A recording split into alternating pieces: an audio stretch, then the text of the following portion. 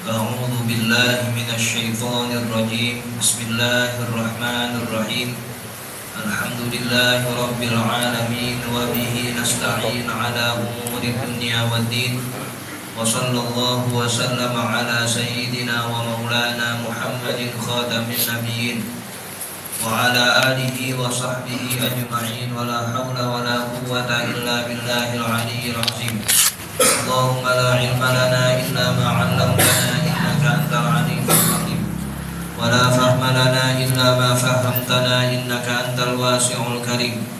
نسأل الله سبحانه وتعالى أن يعلمنا ويفهمنا ويفتح علينا فتوح العارفين إنه بذلك قدير وبالإجابة جدير وهو حسبنا ونعم الوكيل. إلى حضرة النبي محمد صلى الله عليه وسلم. الفاتحة.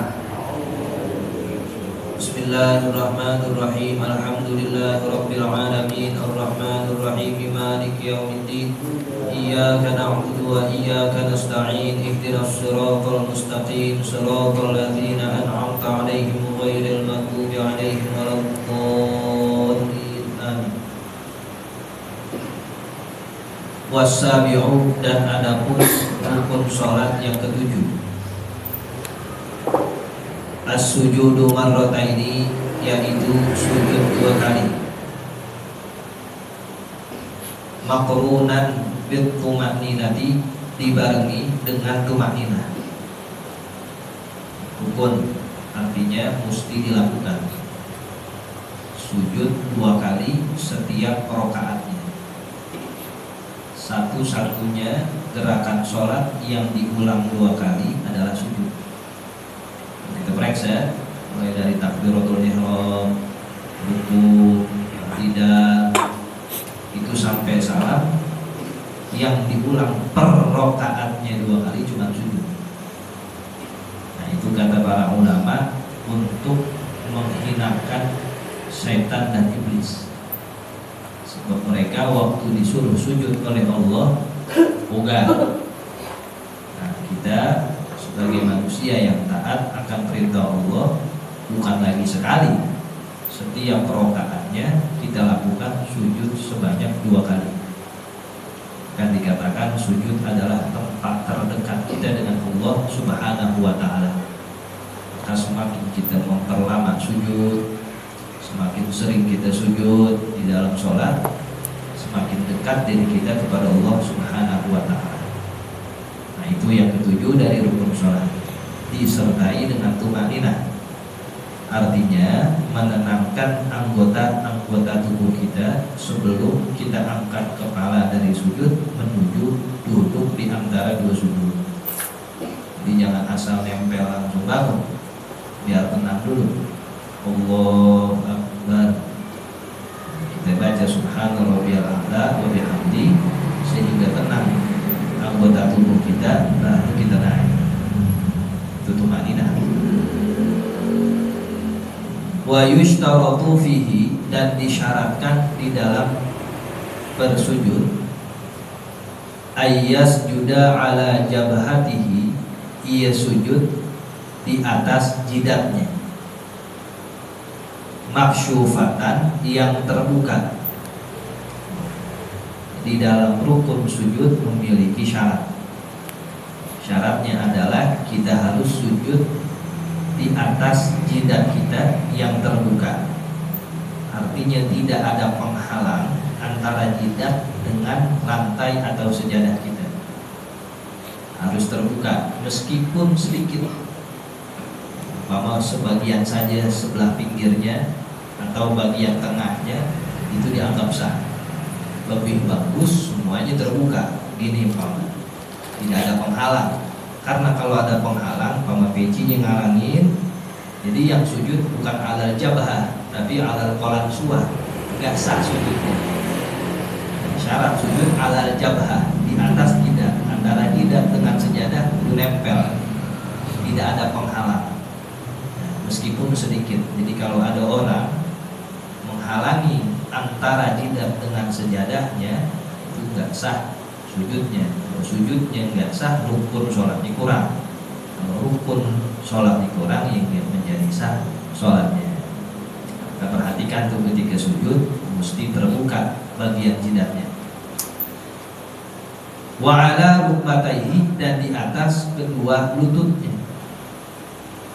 Jadi harus kena tuh kedua lutut kita dengan bagian bawah di mana kita sujud pada tempat itu. Wa ala juz'in min butuni yadayhi, dan di atas sedikit dari bagian dalam kedua tangannya. Wa juz'in min butuni asabi'i qadamaihi, dan sedikit dari bagian dalam ujung-ujung kedua telapak kakinya. Jadi jidat kudu kena, kedua telapak bagian dalam kudu kena, meskipun sedikit, begini doang, ujung begini, sah. Bagus-bagus semuanya kita letakkan begini. Tapi umpama kita sakit nih tangan, maka harus ada yang tersentuh biar sedikit. Jangan semuanya diperban. Kalau diperban, ntar yang nempel perbannya, bukan bagian dalam kedua telapak tangan. Sisain dikit, sampai satu jarinya, meskipun ujung jari. Begitupun ujung jari kaki. Umpama dia nggak mampu semuanya, harus ada sedikit yang terkena dari bagian dalam kedua tangan dan bagian dalam kedua telapak kakinya. Ya, meskipun cuma satu jari doang, nah, kakinya lagi sakit, kecelakaan, perban semuanya. Nah, perhatiin tuh kalau semuanya diperban, ntar yang nempel bukan bagian dalam kakinya, tapi bagian daripada perban itu. Ya, masih diperbolehkan, cuman ya, kurang sesuai. Kita pakai kaos kaki masih boleh. Nah, kita pakai hal-hal yang dapat mencegah bertemunya kulit dengan bagian bawah masih boleh. Nah, kecuali dalam keadaan sangat dingin atau dia lagi sakit meriang, nah itu diperkenankan. Tapi kalau tidak ada alasan seperti itu, bagusnya itu dilepas sehingga bertemu antara kedua telapak kaki jari-jarinya dengan bagian sujudnya. Wa ayyarfa'a asafilahu, dan ia meninggikan bagian bawahnya, ala a'alihi, atas bagian tubuh atasnya. Maksudnya asafil itu adalah pantatnya, dan itu bagian bawah kita pantat. Jadi pantatnya agak ditinggiin ke atas. Lalu a'ali, bagian atas kita maksudnya pala, itu agak direndahkan, jadi kayak sedikit menungging ke atas begitu. Tetap dengkulnya itu mengenai tempat sujud, nah, tapi jangan ini ya, diletakkan kayak binatang semuanya kena. Cukup telapak tangan, lalu nanti bagian belakang pantat kita naikin dikit ini, sedikit aja. Yang banyakkan kan juga banget, sedikit aja sehingga yang bawah lebih rendah. Begitu cara sujud. Yang bawah lebih rendah, yang atas itu lebih tinggi daripada yang bawah. Wa ayyatathaqala bi ra'sihi, dan dia menekan kepalanya, hatta yuhissa bithiqali, sehingga dia merasa berat dengan kepalanya. Kepalanya agak ditekan dikit di tempat sujudnya. Jangan asal nempel, sedikit aja. Kalau kebanyakan nanti pusing, saking keras atau ditekannya. Sedikit aja ditekan sehingga lebih rendah. Maksudnya itu, kita sedikit menekan kepala agar lebih rendah.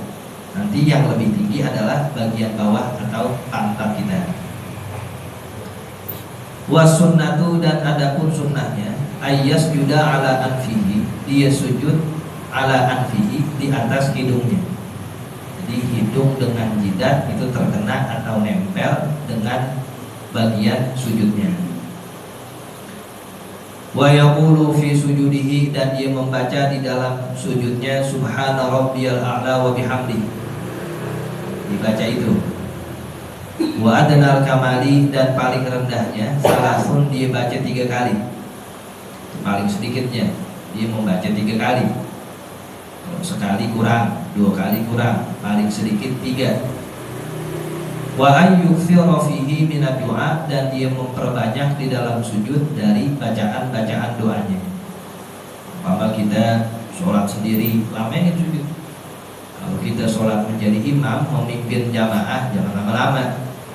Nah, karena dalam berjamaah, adab seorang imam harus meringankan sholat jamaah dan makmumnya. Nah, karena di belakang ada yang punya kebutuhan, yang pengen kencing, yang mau kondangan. Ya, kalau kelamaan kita sujud dan bacaan doanya itu ditakutkan mengganggu fokus makmum-makmum yang lain.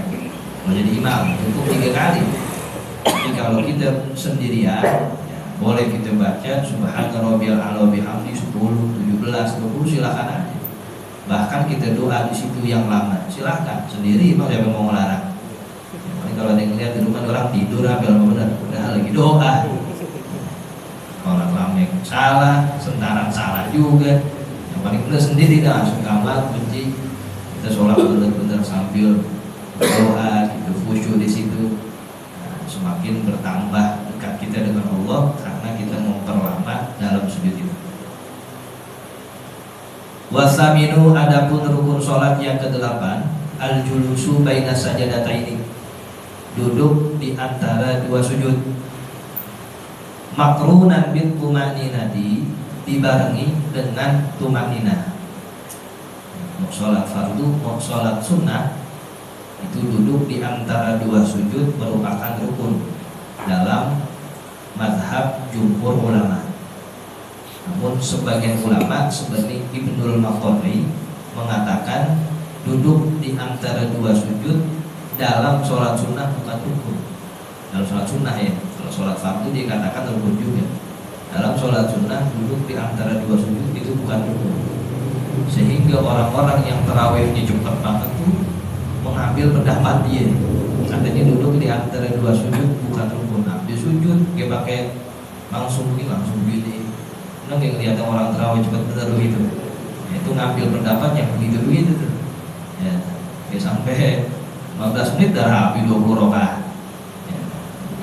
Nah, itu diperdebatkan oleh para ulama.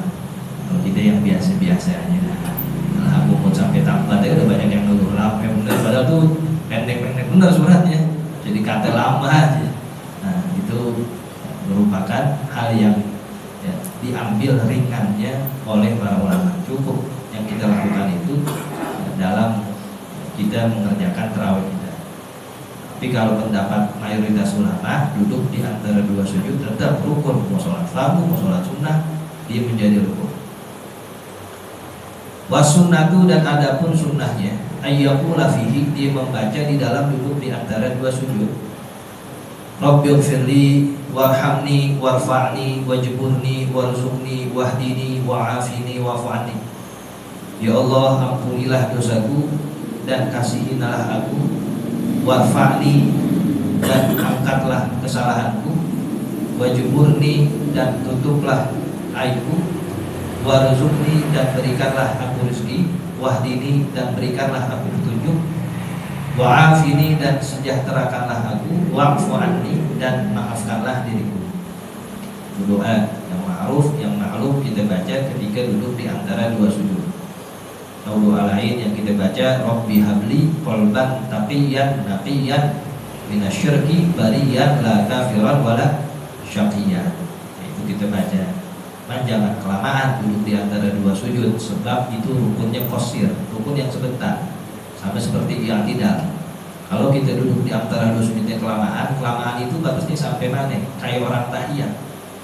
Di umpama dia duduk di antara 2 sujud lama dan ke orang tahiyat, datang, sebab rukunnya sebentar, sampai kayak i'tidal. I'tidal kan sentaran aja. Dan kelamaan i'tidal batasnya sampai mana? Seperti orang baca Fatihah. Kalau orang i'tidal udah kayak ukuran baca Fatihah, nah itu melebihi rukun yang pendek. Nah, jangan sebentar juga banget, ya, baru sebentar sujud lagi. Ya, normalnya dan dengan membaca zikiran atau doa yang tadi disebutkan. Wattasi'u, dan rukun yang ke-9, al-julusul akhiru, duduk yang terakhir. Alladzi yusallimu aqibahu, yang dia mengucapkan salam setelah duduk yang terakhir itu, ghaliban, pada umumnya. Kenapa pada umumnya? Karena bisa saja orang dari duduk terakhir itu enggak salam, tapi melanjutkan rakaat yang belum dilakukan. umpama dikerjakan sama orang yang masbuk, dibagi orang yang mulai dari awal, duduk terakhir, dia setelahnya salam. Nah, duduk terakhir itu rukun. Wal ashiru, dan rukun yang ke-10, qira'atu tasyahudi, membaca tasyahud fi hadzal julusi, di duduk yang terakhir itu. Nah, ini rukun qauli ini. Artinya kita membaca tasyahud pada duduk yang terakhir harus terdengar oleh kita yang membaca itu. Pokoknya setiap rukun qauli harus kedengeran sama diri kita. Fatihah, bacaan tasyahud, entah sholawat, itu rukun-rukun qauli kudu kedengeran.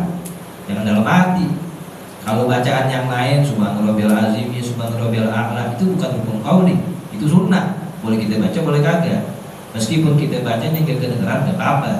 Tapi kalau rukun mesti dikerjakan. Yang qauli ini nusmi'u nafsana, kita memperdengarkan diri kita dalam bacaan-bacaan ini.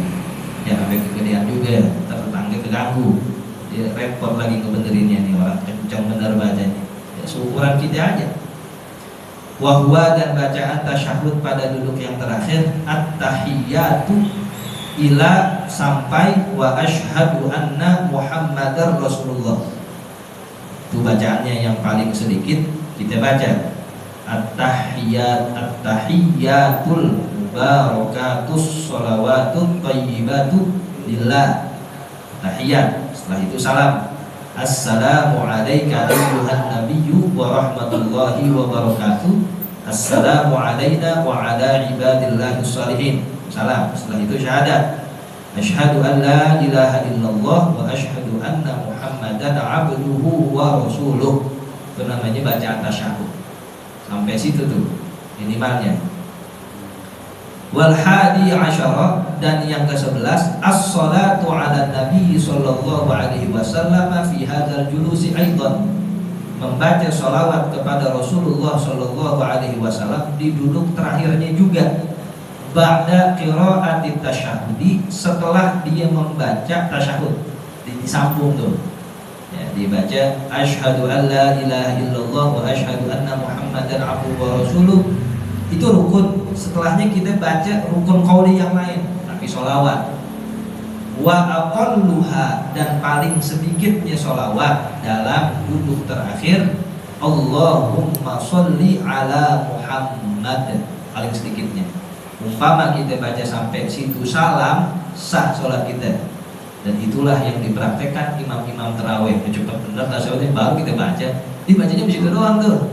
Allahumma sholli ala Sayyidina Muhammad. Dibaca sampai situ salam, sah. Tapi bagusnya kita sempurnain. Wa ala ali Sayyidina Muhammad kama shallaita ala Sayyidina Ibrahim terus fil alamin innaka Hamidum Majid. Itu yang paling sempurnanya. Jadi dalam duduk tasyahud ada 3 rukun yang mesti kita lakukan secara bersamaan. Pertama duduknya, duduk tasyahud terakhirnya itu duduknya, duduk tawarruknya. Yang kedua baca tasyahud at-tahiyyatul sampai wa asyhadu an la ilaha illallah wa asyhadu anna Muhammadan abduhu wa rasuluh. Yang ketiga sholawat. Ini berbarengan nih, 3 rukun langsung kita lakukan satu waktu. Kalau yang lain kan diri-diri ya, niat diri, takbiratul ihram, paling niat dengan diri, takbiratul ihram dengan diri, baca Fatihah dengan diri. Nah, tapi di terakhir tersebut kita melaksanakan 3 rukun. Nanti ditutup dengan salam pertama, rukun juga itu. Ya, jadi semuanya kita kerjakan dalam mengumpulkan rukunnya. Wa akmaluha, dan paling sempurnanya bacaan sholawat dalam tasyahud akhir, mazkurun, disebutkan fil muqawwalati, dalam kitab-kitab yang lebih panjang. Pengarang lihat aja dah. Kalau mau bacaan komplit sholawat tasyahud akhir, ya, yang sebagaimana kita baca dah sampai fil alamina innaka Hamidum Majid. Setelah itu mau kita baca doa tasyahud silahkan. Tapi baca doa setelah tasyahud hukumnya sunnah. Penting bagi kita tahu mana yang fardu, mana yang sunnah. Oh, tahiyat itu ada tasyahud sunnah, fardu, sholawat fardu. Setelahnya kita mau baca doa, itu hukumnya sunnah. Bagi imam, bacaan doa setelah tasyahud enggak boleh lebih panjang dengan bacaan tasyahudnya. Bagi imam, kalau bacaan doa setelah tasyahudnya lebih panjang dari bacaan tasyahud dengan sholawat, makruh. Karena imam itu gunanya meringankan sholat makmum. Bagaimana bisa dia meringankan sholat makmum sementara yang sunnah lebih panjang daripada yang rukun? Tapi bagi makmum, umpama kata bacaan setelah tasyahudnya itu lebih panjang, gak apa-apa. Sebab makmum gak dituntut untuk ringan, dia tergantung imamnya. Kalau imamnya masih belum rapi, mesti diem aja, dia baca aja. Allahumma inni a'udzubika min adzabil qabri, min adzabil wa min fitnatil mahdi, dan seterusnya, min masyihid dajjal. Belum dalam-dalam baca lagi aja. Kemudian kita tahu doa yang lain. Nah itu gak apa-apa. Tapi bagi imam dimakruhkan membaca doa setelah tasyahud lebih panjang dari baca tasyahudnya. Artinya kalau dibaca pendek gak apa-apa, tetap mendapatkan sunnahnya. Wasani asyara, dan rukun yang ke-12 at-taslimatul ula, mengucapkan salam yang pertama. Wal wajibu fiha, dan adapun yang wajib di dalam salam yang pertama itu dia katakan assalamu alaikum. Nah, boleh tuh dia baca assalamu alaikum warahmatullah, boleh. Cuman ukuran wajibnya sampai assalamu alaikum. Was sunnatu, dan adapun sunnahnya ayyazida warahmatullah. Nah, sebagaimana kita baca assalamualaikum warahmatullah. Nah, kita harus tahu tuh mana yang wajibnya, mana yang sunnahnya. Wajibnya cuma sampai assalamualaikum. Sunnahnya kita baca rahmatullah. Boleh nggak kita tambahin wabarakatuh?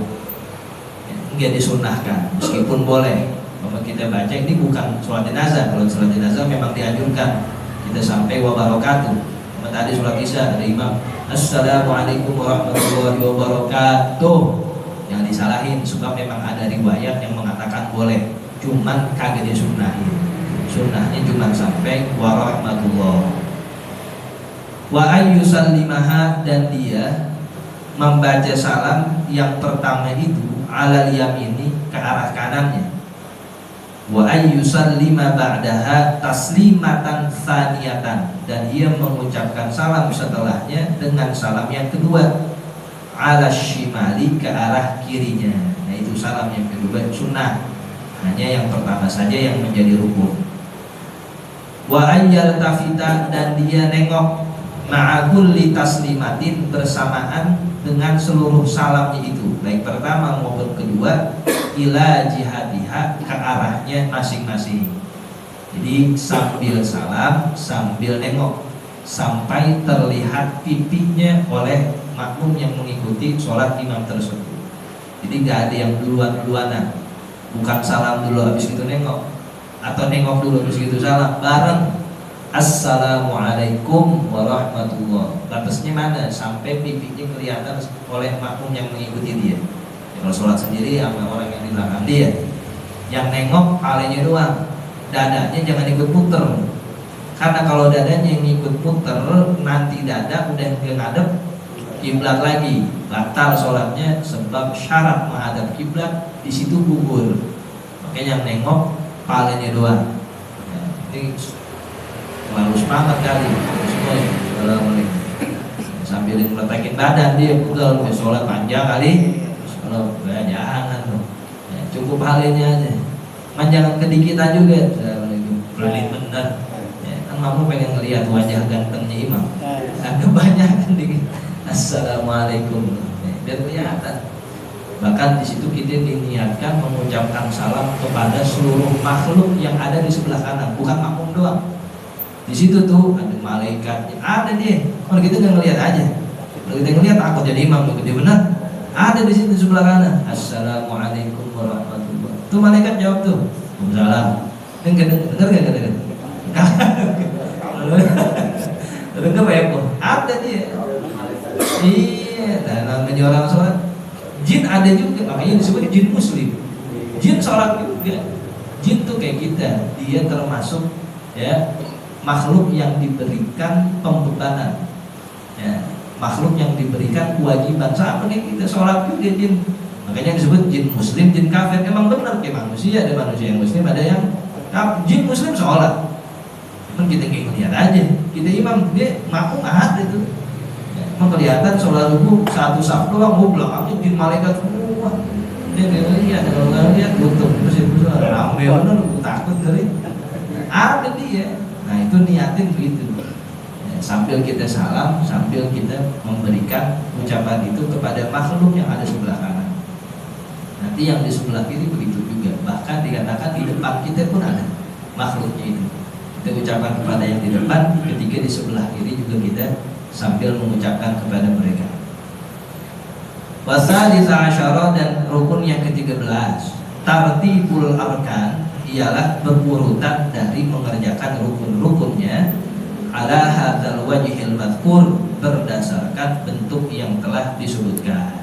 Mulai dari niat, lalu takbiratul ihram, lalu diri, baca Fatihah, terus sampai tadi rukun terakhir, salam pertama harus berurutan. Kalau bagi berurutan nggak sah. Ini penting harus kita ketahui, sebab di antara syarat sah sholat seseorang harus bisa membedakan mana yang rukun, mana yang sunnah. Kalau kita sholat nggak tahu, nggak sadar, ini saya sebenarnya lagi ngerjain rukun sampai sunnah ya, nggak sah itu sholat. Sebab di antara syarat sah sholat, orang yang sholat ngerti mana yang rukunnya, mana yang sunnah. Apa ini dikatakan dia lagi niat, itu rukun sampai sunnah, rukun benar. Lalu dirinya rukun, oh benar. Takbiratul ihram rukun benar. Terus Fatihah rukun benar. Suratnya rukun. Surat kan sunnah. Nah, jadi harus tahu, harus ngerti. Nah, nanti lagi rukun sampai sunnah, rukun. Terus baca subhanallah azim, rukun, semuanya rukun. Padahal bacanya sunnah, rukunya emang rukun. Tapi baca subhanallah azimnya sunnah. Naik yang tidak rukun sampai sunnah, rukun. Baca Rabbana lakal dikata rukun, semuanya rukun. Sunnah itu. Nanti habis itu dia kunut rukun apa sunnah? Wajib. Kita kan tanya rukun apa sunnah, wajib. Sunnah tuh. Nah, syarat sah sholat diantaranya selain untuk aurat, selain menghadap kiblat, selain suci, itu harus bisa membedakan mana rukun mana sunnah. Ya, makanya penting ini ngaji ilmu sholat. Sebab sholat mulai dari takbiratul ihram sampai salam di sini ilmu semua. Ilmu kan harus dipelajari. Bisa ujuk-ujuk dia bisa. Nanti ngapain ngaji mau jadi ustaz? Emang sholat ustaz doang. Kang Sayur kan sholat juga. Terus beda gitu syarat sah sholat ustaz sama syarat sah sholatnya Kang Sayur kan kagak sama semuanya. Ini penting.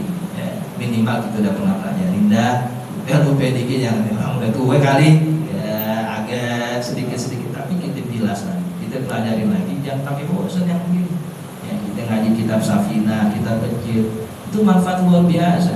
Ya, jangan malu, jangan kita gengsi. Udah tuh bacanya kitab-kitab tipis, bacanya kitab-kitab yang gundul. Ya udah, kalau gundul mau gondrong kali. Yang udah ada harokatnya kali dipakai. Yang gundul yang gondrong dah sini. Nah, karena ini kepentingan nasional. Gitu ya. Silakan. Mas